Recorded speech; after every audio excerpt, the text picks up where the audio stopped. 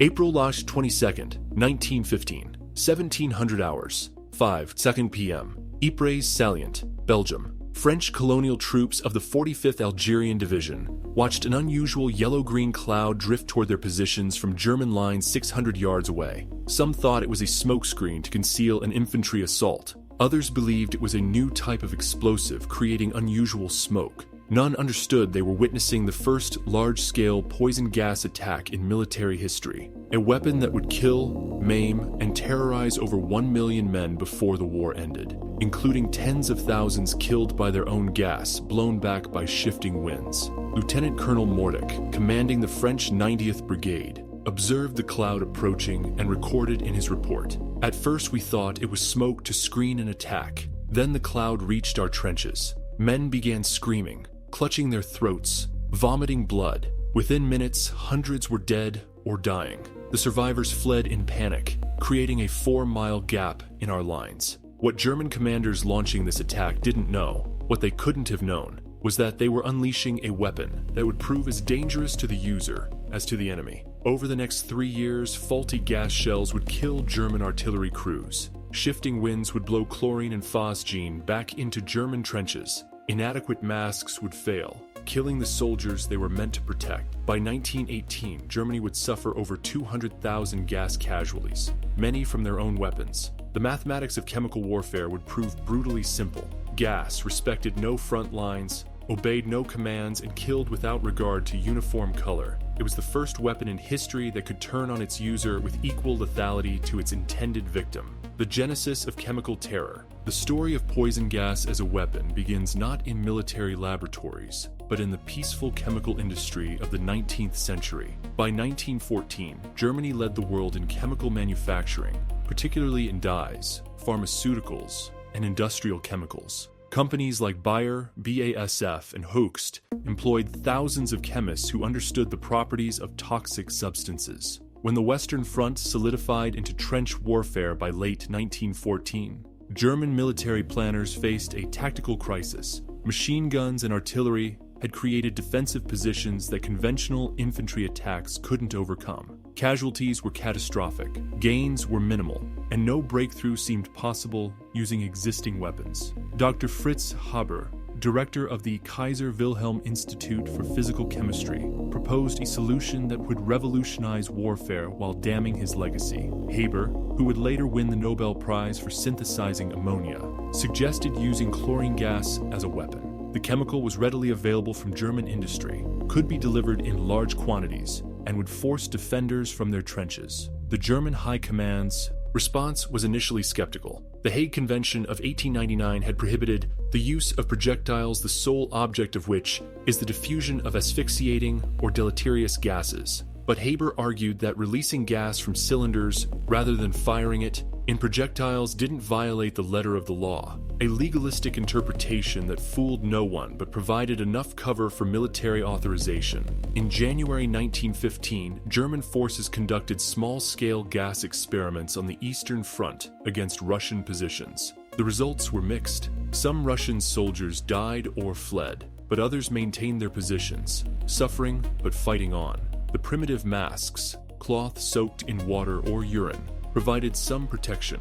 Despite these inconclusive results, the German High Command authorized a major gas attack on the Western Front. The target was the Ypres salient, a bulge in Allied lines that German forces had tried unsuccessfully to eliminate for months. The weapon would be chlorine gas, released from 5,730 cylinders containing 168 tons of liquid chlorine positioned along a 4-mile front. April 22nd, the first strike. The attack required specific weather conditions. Wind had to blow from German positions toward Allied lines at 5 to 10 miles per hour, strong enough to carry the gas, but not so strong it would disperse too quickly. For days, German pioneer troops waited with their cylinders, watching wind indicators, waiting for the perfect moment. At 1700 hours on April 22nd, the conditions aligned. German troops opened the valves on 5,730 cylinders. Liquid chlorine, pressurized in the cylinders, vaporized as it escaped, creating a dense yellow-green cloud that rolled across no man's land toward French and British positions. The gas cloud was approximately 600 yards deep, 15 feet high, and moved at walking pace. A toxic fog that flowed into trenches like water finding its level. Chlorine gas, heavier than air, sank to the lowest points where soldiers sought shelter. The physiological effects were immediate and horrific. Chlorine reacts with moisture in the lungs to form hydrochloric acid. Victims felt their lungs and throats burning as the acid destroyed tissue.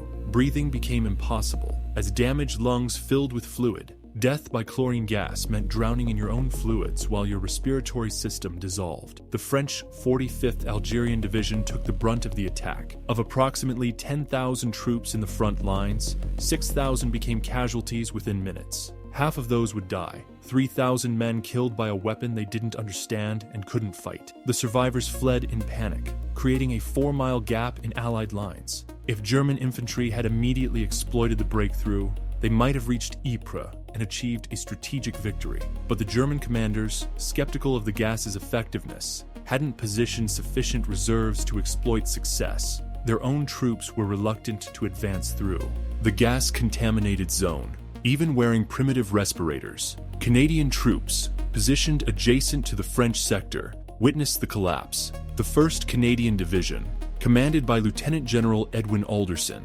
improvised a defense using the only protection available: handkerchiefs soaked in water or urine pressed against their faces. The weak alkaline in urine partially neutralized the chlorine, providing minimal protection. Private Thomas Mackay of the Canadian 16th Battalion later testified, "We saw the French running from the gas. Our officers ordered us to urinate on our handkerchiefs and hold them over our faces. It was disgusting, but it saved lives. Men who didn't do it died choking and gasping." The immediate aftermath: the British medical services were completely unprepared for gas casualties. Field hospitals had no protocols for treating chlorine exposure. Doctors accustomed to treating bullet wounds and shrapnel injuries faced patients whose lungs were literally dissolving. Captain Francis Scrimger, a Canadian medical officer who would earn the Victoria Cross for his actions that day, described the medical horror. "The gas cases were the worst I've ever seen. Men drowning on dry land, coughing up pieces of their own lungs. We had no treatment except oxygen when available, which was rarely. Most we could do was ease their dying." Medical statistics from April 22nd reveal the weapon's lethality. Of soldiers exposed to high concentrations who didn't flee immediately, 50% died within 48 hours. 30% suffered permanent lung damage. 20% recovered with varying degrees of respiratory impairment. The psychological impact exceeded the physical casualties. Soldiers who witnessed the gas attack developed intense fear of chemical weapons. The sight of any mist or fog could trigger panic. The sound of hissing, which might be gas cylinders opening, caused troops to scramble for masks. But the immediate tactical results were disappointing from the German perspective. Despite creating a 4-mile gap and inflicting 7,000 casualties, German forces advanced only 2,000 yards before Canadian counterattacks and hastily assembled reserves stopped them. The breakthrough failed to materialize. General Erich von Falkenhayn, chief of the German General Staff, had authorized the gas attack despite personal reservations. His assessment afterward was damning. The gas attack achieved surprise and caused casualties, but failed to produce the decisive breakthrough.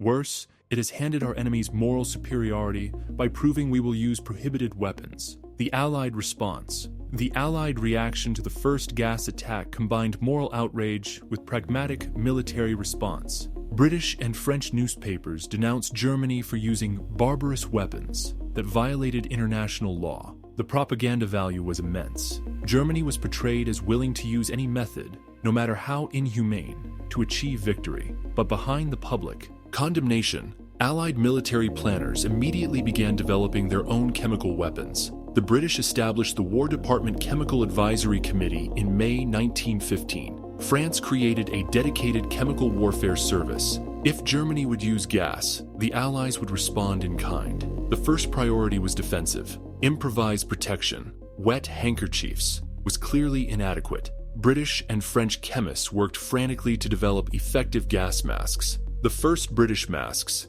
issued in May 1915, were smoke helmets. Cloth hoods soaked in chemical solutions that neutralized chlorine. They were hot, claustrophobic, and only partially effective. By July 1915, the British had developed the P helmet, a fabric bag impregnated with phenate hexamine that fit over the head and tucked into the tunic. It provided better protection but restricted vision and made breathing difficult. Soldiers training with pea helmets frequently collapsed from heat exhaustion and oxygen deprivation. The French developed the M2 mask, which used similar chemical-soaked fabric, but with an oral breathing piece that allowed slightly easier respiration.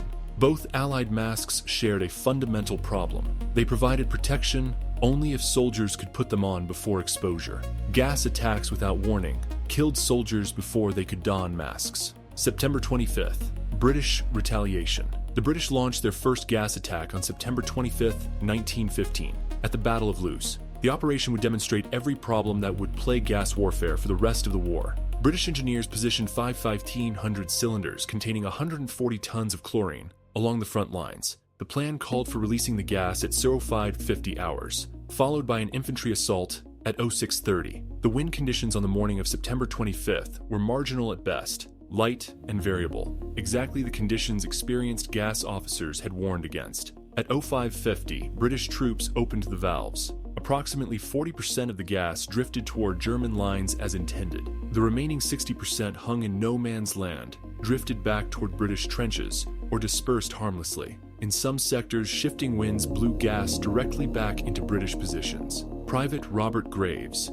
serving with the Royal Welch Fusiliers, described the chaos. The gas we released to poison Germans poisoned us instead. The wind shifted, and our own cloud came back. Men were gassing themselves with the weapon meant for the enemy. It was madness. The casualty figures from Loos reveal the weapon's indiscriminate nature. German gas casualties, approximately 600. British gas casualties from their own gas, approximately 2,600. Ratio: British suffered over 4 times more gas casualties than the Germans they were attacking. The Battle of Loos continued for 3 weeks and cost the British 50,000 total casualties for minimal territorial gains. The gas attack, far from providing advantage, had actually hindered the British assault by contaminating the ground their own infantry needed to cross. General Douglas Haig, commanding 1st Army at Loos, filed a scathing report. The use of gas proved more dangerous to our troops than to the enemy.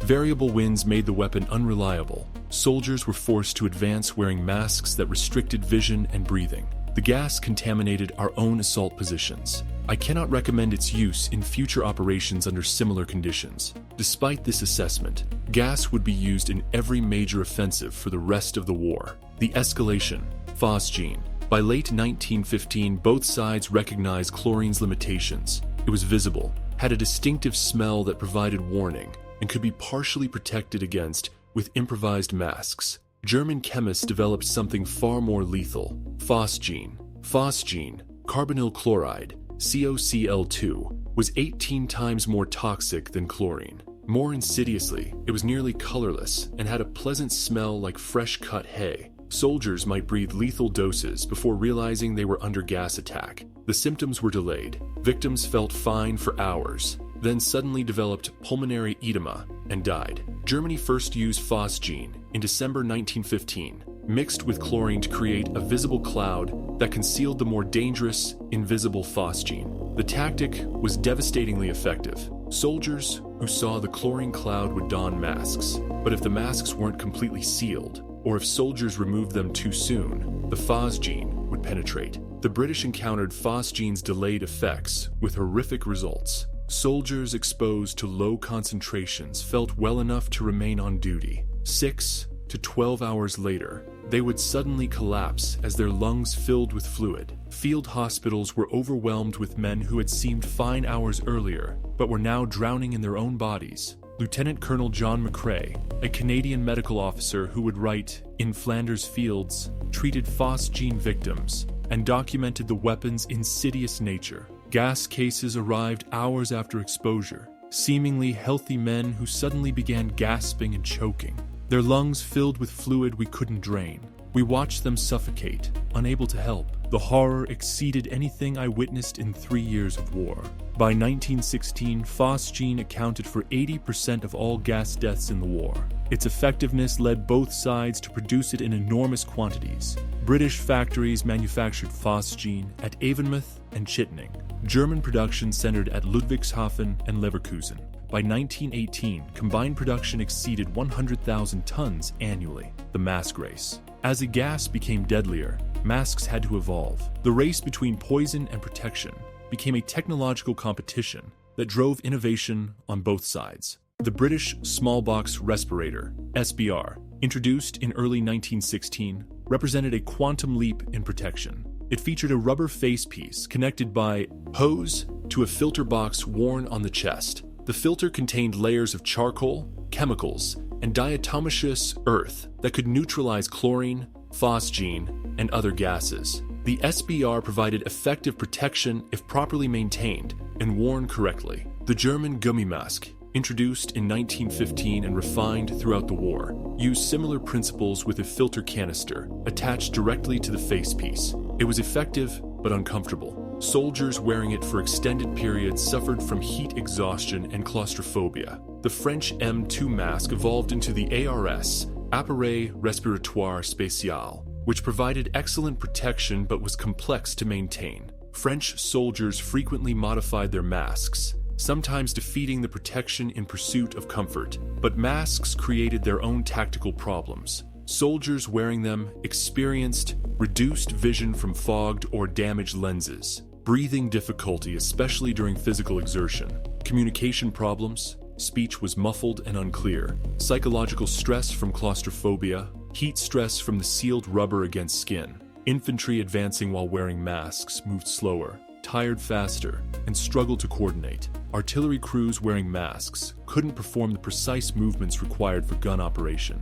Machine gunners found their vision so restricted they couldn't effectively engage targets. The tactical reality was brutal. Effective gas protection degraded combat effectiveness. Armies had to choose between vulnerability to gas or reduced fighting capability. The artillery revolution, gas shells. By 1916, both sides had recognized the limitations of cylinder gas. It required favorable winds, exposed the release crews to counter battery fire, and provided clear warning as the visible cloud approached. The solution was gas shells, artillery projectiles that could deliver chemical agents anywhere on the battlefield, regardless of wind. The Germans led in developing gas shell technology. Their green cross shells contained phosgene. Yellow cross shells, introduced in 1917, contained mustard gas. Blue cross shells carried diphenylchloroarsine, which penetrated masks and forced soldiers to remove them, exposing them to more lethal agents. The French developed the Vincentite shell,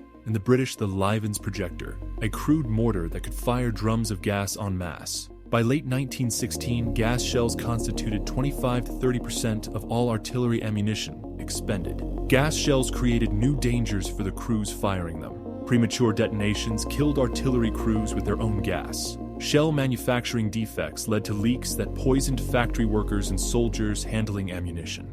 Dud shells buried in the ground remained lethal for years. Farmers plowing fields decades after the war died from World War I gas shells. The British experienced one of the war's worst friendly fire gas incidents on March 21, 1918. During the German Spring Offensive, British artillery units, retreating under German attack, hastily fired off stockpiled gas shells to prevent capture. Shifting winds blew the gas directly into British infantry positions, causing an estimated 2,000 friendly gas casualties in a single day. Mustard gas, the king of battle gases. In July 1917, Germany introduced dichlorodiethyl sulfide, mustard gas, which would become the most feared chemical weapon of the war. Unlike previous agents that attacked the respiratory system, mustard gas was a vesicant, a blistering agent that destroyed any tissue it contacted. Mustard gas, German code name Yellow Cross, after the shell marking, had several properties that made it uniquely effective. 1. Persistence. Unlike chlorine or phosgene, which dispersed quickly, mustard gas could contaminate terrain for days or weeks. 2. Delayed effects. Victims felt nothing for 4-6 hours, then developed severe chemical burns. 3. Mask penetration. It could penetrate fabric, attacking skin as well as respiratory system. Psychological impact. The delayed onset meant soldiers didn't know they were casualties until hours later. The first large-scale mustard gas attack occurred on July 12, 1917, near Ypres, forever after known as 3rd Ypres. German artillery fired 50,000 mustard gas shells into British positions. The British, accustomed to gas that killed quickly or not at all, were unprepared for the delayed effects. British soldiers exposed to mustard gas experienced a horrific progression of symptoms. Initially, they felt nothing. No burning, no choking, no distress. 4 to 6 hours later, their eyes began to burn and swell shut. Their skin erupted in chemical burns wherever the gas had contacted clothing. Their airways began to blister and close. Captain A.J. Hull, a British medical officer, documented the mustard gas casualties. They arrived blind, their eyelids swollen shut. Their skin was covered with enormous blisters filled with yellow fluid. Their breathing was labored as their airways closed. Most would die within 48 hours. Those who survived were scarred for life, many permanently blinded. The casualty figures from the initial mustard gas attacks were staggering. In the last 5 months of 1917, British forces suffered 160,000 gas casualties, 90% from mustard gas. The death rate was lower than phosgene, only 2-3%, but the incapacitation rate was far higher. Soldiers exposed to mustard gas required weeks or months of hospitalization, removing them from combat far more effectively than killing them. The self-inflicted casualties. One of the war's darkest statistics emerged from analyzing gas casualty figures. A significant percentage of gas casualties were caused by a nation's own weapons through various mechanisms. Faulty shells. Gas shells were notoriously unreliable. British records indicate approximately 20% of gas shells produced through 1916 were defective, leaking, unstable, or prone to premature detonation. German shells were more reliable but still failed at rates around 12%. Each failure potentially killed the artillery crew firing it. The worst recorded incident occurred on March 15, 1916, when a British ammunition dump at Courcelles-le-Comte containing 4,000 gas shells caught fire. The resulting gas cloud killed 19 British soldiers and wounded 87 before dispersing. French troops downwind suffered an additional 34 casualties from gas released by British stockpiles. Wind shifts. The most common cause of self-inflicted gas casualties was changing winds. Meteorology in 1915-1918 was primitive. Weather prediction relied on barometric pressure and visual observation. Predicting wind conditions hours in advance was essentially guesswork.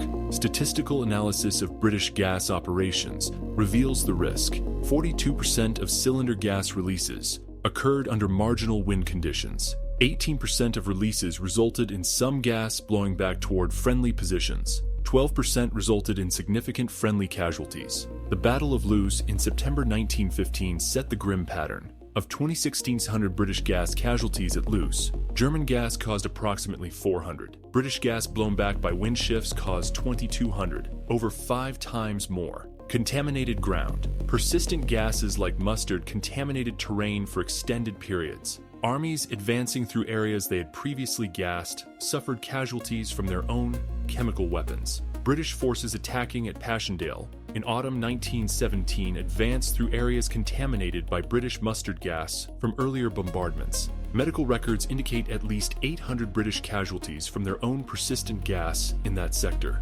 Training accidents. Gas was so dangerous that training with it killed soldiers in rear areas. British training camps reported 243 gas deaths between 1915 to 1918 from training accidents. German training facilities reported similar casualty rates. Manufacturing casualties. The production of chemical weapons killed or disabled thousands of workers. British factories manufacturing gas recorded 1,400 deaths and over 35,000 cases of chronic chemical exposure by war's end. German facilities, working with more dangerous agents, suffered an estimated 3,000 deaths and 60,000 chronic injuries. The Haber tragedy. The human cost of gas warfare reached even those who created it. Fritz Haber, the chemist who championed gas as a weapon, suffered personal tragedy that exemplified the weapon's moral complexity. Haber's wife, Clara Immerwahr, was also a chemist, one of the first women to earn a doctorate in chemistry from a German university. She was horrified by her husband's work on gas weapons, viewing it as a perversion of science. On May 2, 1915, 10 days after the first major gas attack at Ypres, Clara Immerwahr shot herself in the heart with Haber's military pistol in their garden. She died in their son's arms. The next morning, Haber left for the Eastern Front to unsupervised gas attacks against Russian forces. His commitment to chemical warfare continued despite his wife's suicide. Post-war, Haber's legacy became increasingly complicated. He received the 1918 Nobel Prize in Chemistry for his ammonia synthesis work, research that enabled both explosives production and agricultural fertilizers. But his gas warfare work made him a wanted war criminal. The Allies considered prosecuting him, but his scientific stature and the fact that Allies had also used gas protected him. In a bitter irony, Haber, who was Jewish, despite his Lutheran conversion, was forced to flee Germany in 1933 when the Nazis implemented racial laws. The regime he had served so loyally in World War I rejected him based on his ancestry. He died in exile in 1934, a man whose scientific brilliance had enabled both life-saving agriculture and industrial-scale killing. The tactical failure. By 1917, both sides possessed enormous chemical arsenals, sophisticated delivery systems, and understanding of gas employment. Yet gas had failed to deliver the decisive advantage its proponents promised. The statistics told the story of gas warfare's limitations. Total gas casualties. All nations. 1.3 million. Deaths from gas. 90,000. 7% fatality rate. Deaths from conventional weapons. 8.5 million. Gas deaths as percentage of total deaths. 1%. Despite causing 27% of all casualties, gas caused only 1% of deaths. It was a weapon of incapacitation rather than destruction. This was partly because masks had become effective, and partly because gas dispersed unpredictably. More significantly, gas failed to create the breakthrough its advocates promised. No major offensive succeeded primarily because of gas. Every gas attack faced the same problems: weather dependency, protective equipment reducing but not eliminating casualties, contaminated ground hindering the attacker's advance, psychological rather than tactical effects. General John Pershing, commanding American Expeditionary Forces, assessed gas warfare in November 1918. Gas has proven to be a weapon of limited utility. It causes casualties but achieves no strategic objectives. It requires complex logistics, specialized equipment, and favorable conditions. Conventional artillery achieves similar or better results, with greater reliability. The American forces entering the war in 1917 had to rapidly develop gas warfare capabilities. The United States had no chemical weapons program, no gas masks, and no doctrine for gas warfare. American troops relied entirely on British and French equipment and training. The inexperience cost lives. The 26th Yankee Division, entering the line in early 1918, suffered heavy gas casualties because soldiers didn't understand proper mask procedures. The 42nd Rainbow Division lost 600 men to gas in their first month of combat, most from improper mask use or failure to recognize gas attacks. The most effective American gas unit was the 30th Engineer Regiment,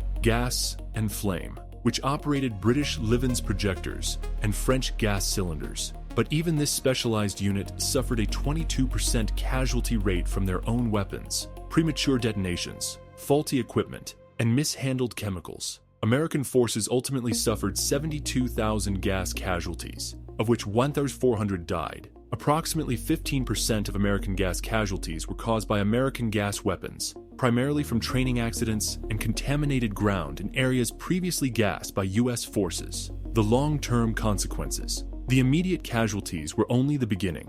Gas warfare created a generation of chronically ill veterans whose suffering continued decades after the war. Medical studies of gas veterans revealed lifelong health problems. Chronic bronchitis and emphysema affected 35% of gas casualties. Reduced lung capacity persisted in 60% of survivors. Blindness from mustard gas affected 3,000 British veterans permanently. Skin conditions from mustard exposure afflicted thousands. The U.S. Veterans Administration tracked gas casualties for decades. A 1930 study of American gas veterans found death rate 15% higher than non-gas veterans, lung cancer rate 300% higher, tuberculosis rate 250% higher, chronic respiratory disease affecting 42% British veterans suffered similarly. A 1935 survey of British gas casualties from World War I found that 63% were still receiving disability pensions for gas-related conditions 17 years after the war. German veterans, having suffered the highest number of gas casualties, over $200,000, faced severe health problems compounded by economic collapse and poor medical care in the 1920s and 1930s. Exact statistics are unavailable, but anecdotal evidence suggests chronic illness and premature death rates similar to or exceeding British levels. The moral reckoning. The use of poison gas in World War I created moral questions that persist to the present. Was its use a necessary response to unprecedented tactical problems, or did it cross a fundamental boundary of acceptable warfare? The arguments in favor made by commanders during and after the war.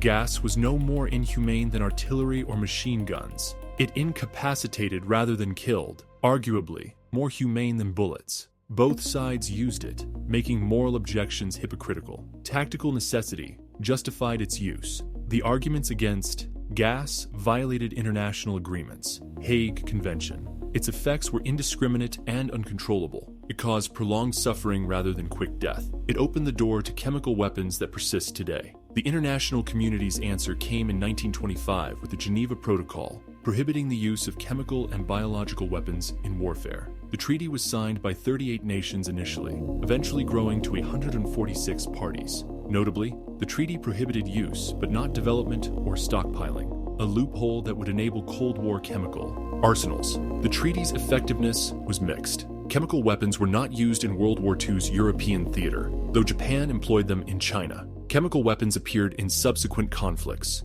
Italy in Ethiopia, 1935-36. Egypt in Yemen, 1960s. Iraq against Iran and Kurdish populations, 1980s. Syria, 2013, present. The final accounting by November 11, 1918, when the armistice ended the war. Chemical warfare had achieved the following. Production statistics. Total chemical weapons produced, over 190,000 tons. Germany, 68,100 tons. France, 1,600 tons. Britain, 25,400 tons. United States, 11,000 tons. Others, 48,900 tons. Casualty statistics, all nations. Total gas casualties, 1,300,000. Deaths, 90,000. Permanently disabled, 400,000. Chronic health problems, 600,000. Self-inflicted casualties, all nations combined. From own gas blown back by wind, 45,000. From faulty munitions, 8,000. From contaminated ground, 12,000. From training accidents, 3,000. Manufacturing casualties, 6,500. Total self-inflicted, 74,500. These numbers reveal that approximately 6% of all gas casualties were caused by a nation's own weapons through various mechanisms. For every 100 enemy soldiers gassed, 6 friendly soldiers were casualties of their own side's gas. Economic cost. Britain spent $40 million on gas warfare, equivalent to $2.5 billion today. Germany spent 90 million marks, equivalent to $500 million today. France spent 200 million francs, equivalent to $900 million today. United States spent $40 million, equivalent to $800 million today. Tactical effectiveness. Gas caused 27% of all casualties, but only 1% of deaths. No major offensive succeeded primarily due to gas. Gas attacks required specific weather conditions, available only 15 to 20% of time. Effective gas masks reduced casualty rates by 85% when properly used. The human face statistics cannot capture the individual suffering gas warfare caused. The preserved testimonies of survivors provide glimpses into the human cost. Wilfred Owen, the British poet who would die 1 week before the armistice, witnessed gas casualties and wrote Dulce et decorum est, containing the haunting lines about a soldier dying from gas. If you could hear at every jolt the blood come gargling from the froth-corrupted lungs, obscene as cancer, bitter as the cud, of vile incurable sores on innocent tongues. Private Victor Fagens of the London Regiment survived gas exposure but described the aftermath. I lost my sight for 6 weeks. My lungs burned for months. 20 years later, I still wake gasping for air, back in that trench with the yellow cloud rolling in. Gas doesn't just kill your body, it kills your peace forever. German veterans Ernst Junger, in his memoir, Storm of Steel, described the fear gas created. Gas was the weapon we feared most. Not bullets, not shells, but gas. You couldn't see it sometimes, couldn't smell it. Didn't know you were dying until you were already dead. Every morning mist, every unusual smell caused panic. It was terror that never ended. Lessons unlearned. Despite the horrors, clear tactical limitations, and moral revulsion gas warfare generated, nations emerged from World War I, expanding rather than abandoning their chemical arsenals. In the interwar period, Britain maintained 20,000 tons of chemical weapons. France stockpiled 15,000 tons. United States produced 30,000 tons by 1939. Germany, prohibited from possessing chemical weapons by Versailles Treaty, secretly developed taboon and sarin, nerve agents far deadlier than anything used in World War I. The general staffs learned the wrong lessons. Instead of concluding that gas was an ineffective, dangerous weapon that killed attackers as often as defenders, they concluded that future chemical weapons needed to be deadlier, more persistent, and delivered more effectively. The technological race continued. By 1939, nerve agents had been developed that were 100 times more toxic than phosgene. Delivery systems had improved dramatically. Protection equipment was more sophisticated, but still vulnerable. The fact that gas wasn't used in World War II's European theater owed more to deterrence. Both sides possessed chemical weapons and feared retaliation than to moral restraint or lessons learned from World War I.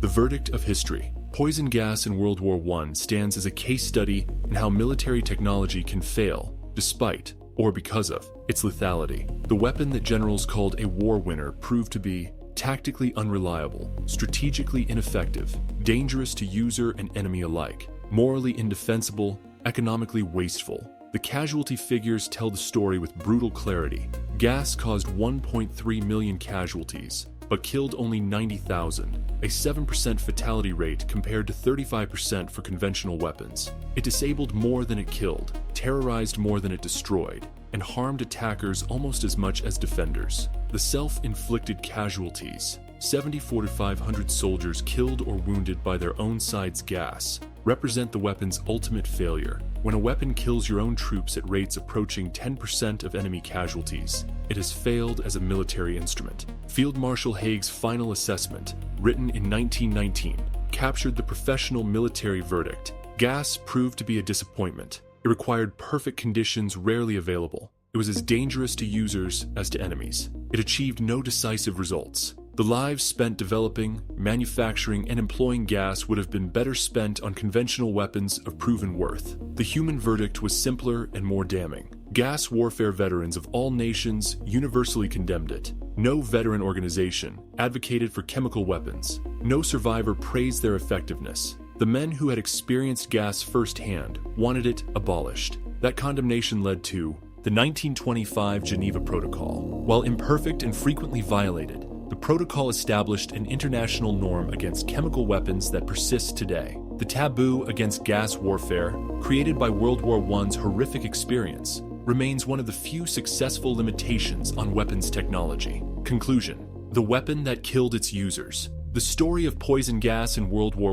I is the story of a weapon that failed on every level while succeeding only in creating suffering. Tactically, it was unreliable, weather-dependent, and countered by defensive equipment that reduced its effectiveness by 85%. Strategically, it achieved no decisive victories, enabled no breakthroughs, and shortened no offensives. Economically, it consumed resources that could have purchased conventional weapons with far greater effectiveness. Britain's $40 million spent on gas warfare could have purchased 20,000 artillery pieces or 400,000 rifles. Morally, it violated international agreements, created unnecessary suffering, and established precedents for chemical warfare that persist today. Most damningly, it killed its own users at rates that made it a liability, as much as an asset. The 74,500 self-inflicted gas casualties, soldiers killed by their own side's weapons, represent a fundamental failure of military technology. The generals who called gas a war winner in 1915 were proven catastrophically wrong. By 1918, their own casualty reports documented the truth. Gas was as likely to harm the user as the enemy. The environmental legacy beyond the human toll. Gas warfare created environmental damage that persisted for decades after the armistice. The Western Front was contaminated with chemical residue that made vast areas uninhabitable. The Red Zone in France, 1,200 square kilometers deemed too dangerous for human habitation, included areas heavily contaminated with chemical weapons. Some of this land remains restricted today, over a century later. Unexploded gas shells posed, and continue to pose, a deadly threat. French authorities estimate 12 million unexploded shells remain buried in the former Western Front, many containing chemical agents. The Iron Harvest, the annual collection of unexploded ordnance that surfaces through natural soil movement, regularly includes gas shells. In 2010, Belgian construction workers near Ypres unearthed a cache of 200 mustard gas shells from 1917. the shells were still lethal. In 2013, farmers near Verdun discovered 150 phosgene shells. Bomb disposal teams handle approximately 900 tons of World War I munitions annually, including chemical weapons that can still kill a century after they were fired. The disposal of chemical weapons presented its own dangers. After the war, nations dumped unwanted chemical weapons into oceans. Britain dumped 35,000 tons of chemical weapons in the North Sea and Atlantic Ocean. Germany was forced to dump its remaining stocks under Allied supervision. These underwater dumps continue to leak, contaminating marine environments and occasionally injuring fishermen who retrieve corroded shells in their nets. The medical advances. Paradoxically, gas warfare's horrors drove medical advances that benefited future generations. The treatment of gas casualties required new approaches to respiratory medicine.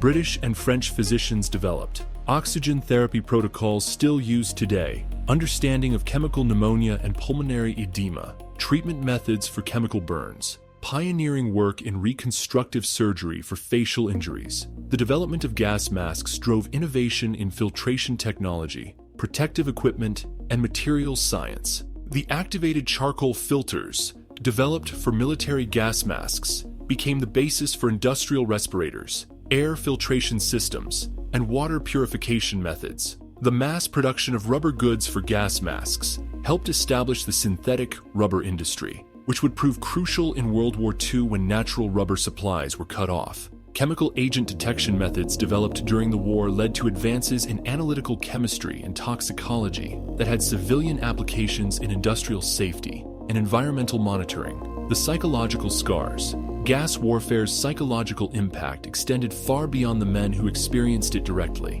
The fear of gas attacks became embedded in the collective consciousness of the nations that fought World War I. In Britain, the interwar period saw widespread anxiety about gas warfare in future conflicts. The government issued gas masks to the entire civilian population in 1938, anticipating chemical attacks that never came. Air raid drills included gas attack procedures. The fear of gas-shaped civil defense planning for 2 decades. In Germany, the trauma of gas warfare contributed to Hitler's personal decision not to authorize chemical weapons use in World War II, with the horrific exception of their use in genocide, which Hitler apparently distinguished from military use. Hitler himself had been temporarily blinded by British mustard gas in 1918, an experience that reportedly affected his view of chemical warfare. Veterans organizations in all countries made opposition to chemical weapons a central advocacy position.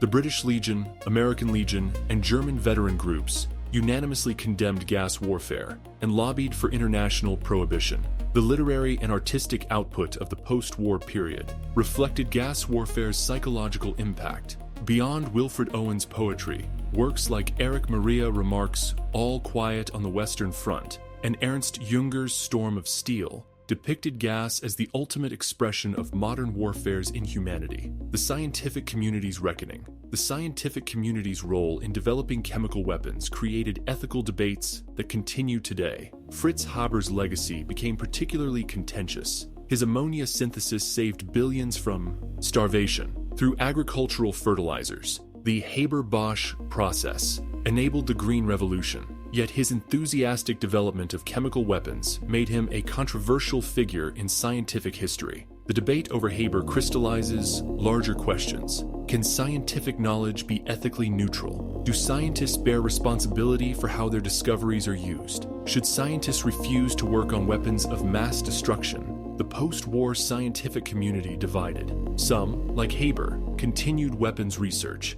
Others, like Henry Moseley, who was killed at Gallipoli, refused military work on principle. Many fell somewhere between, working on defensive measures like gas masks while refusing to develop offensive weapons. The creation of the Geneva Protocol in 1925 represented the international community's partial answer. Chemical weapons were prohibited, but the scientists who developed them faced no consequences. The knowledge couldn't be unlearned, but its application could be restricted. Statistical summary. The complete accounting of gas warfare in World War I. Casualties by nation. Russia, 500,000 gas casualties, 56,000 deaths. Germany, 200,000 gas casualties, 9,000 deaths. France, 190,000 gas casualties, 8,000 deaths. British Empire, 188,000 gas casualties, 8,100 deaths. Austria-Hungary, 100,000 gas casualties, 3,000 deaths. Italy, 60,000 gas casualties, 4,600 deaths. United States, 72,000 gas casualties, 1,400 deaths. Others, 90,000 gas casualties,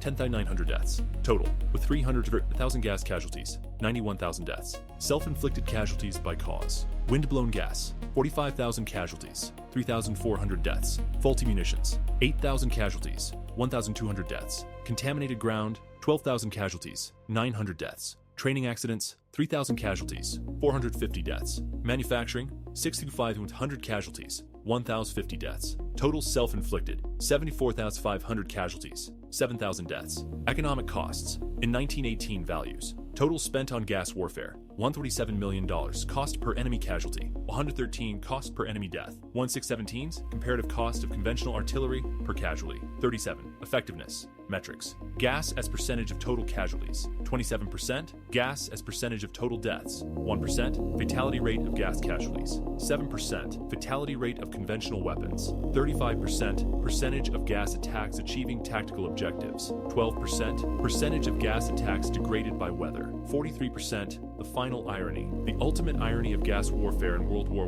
I was that it achieved the opposite of its intended purpose. Designed to break the stalemate and enable offensive warfare, gas instead reinforced defensive positions. Attacking troops burdened with masks moved slower and fought less effectively. Contaminated ground hindered advances. The attacker often suffered more from gas than the defender. Intended to reduce casualties by forcing surrender without prolonged combat, gas instead added to the carnage. While achieving no decisive results, it increased total casualties by 27% while contributing virtually nothing to final victory. Promoted as a scientific solution to military problems, it demonstrated that scientific knowledge divorced from ethical consideration could create weapons that harmed user and enemy alike. The generals who called it a war winner were proven wrong by their own casualty lists. The weapon they championed killed more of their own soldiers through various mechanisms than many conventional weapons while failing to deliver the victories they promised.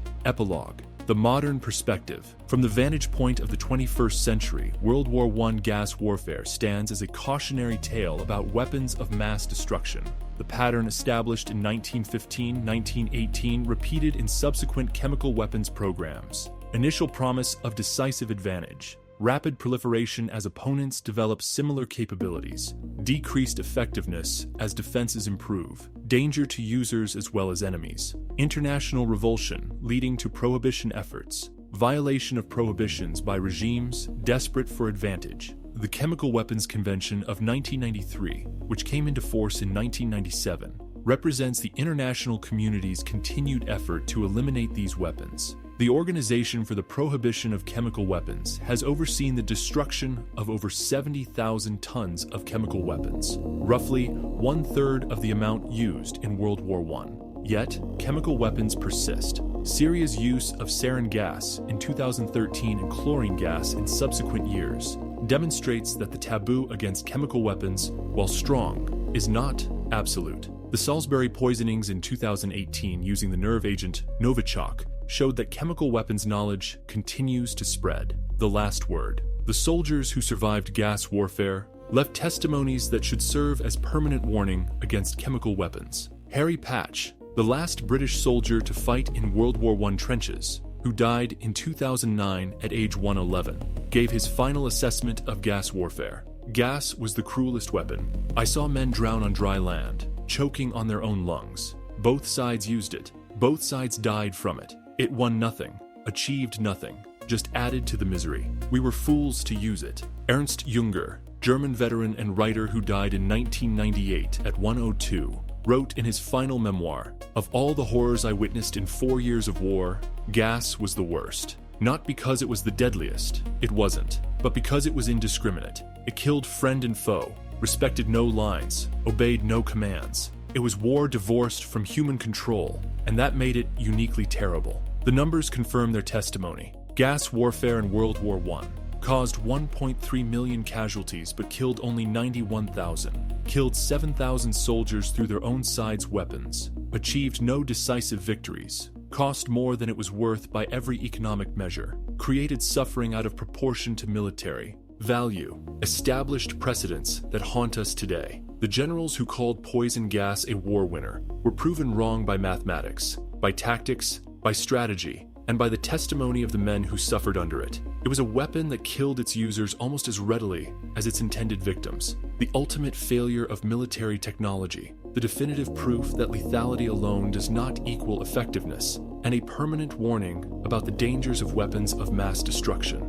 The yellow-green cloud that rolled across Flanders fields in April 1915 carried not just death, but a lesson that humanity has struggled to learn. Some weapons are too terrible to use, some knowledge too dangerous to apply, some victories too costly to pursue. A century later, that lesson remains relevant. The generals laughed when they called poison gas a war winner. The soldiers who died from their own side's gas, 74 to the 500 of them, paid the price for that catastrophic miscalculation. Their deaths should remind us that in warfare, as in all human endeavors, the most dangerous enemy is often our own hubris, our own certainty that we can control forces we barely understand, our own willingness to unleash destruction without fully comprehending the consequences. The poison gas of World War I killed indiscriminately. It killed enemies and friends, soldiers and civilians, the men who deployed it and the men it was deployed against. In doing so, it demonstrated a fundamental truth. Weapons that cannot distinguish friend from foe are not weapons of war, but instruments of mutual destruction. That truth, written in the deaths of 91,000 men and the suffering of 1.3 million more, stands as World War I's most enduring lesson about chemical warfare. The generals called it a war winner. The soldiers who died from their own gas knew better.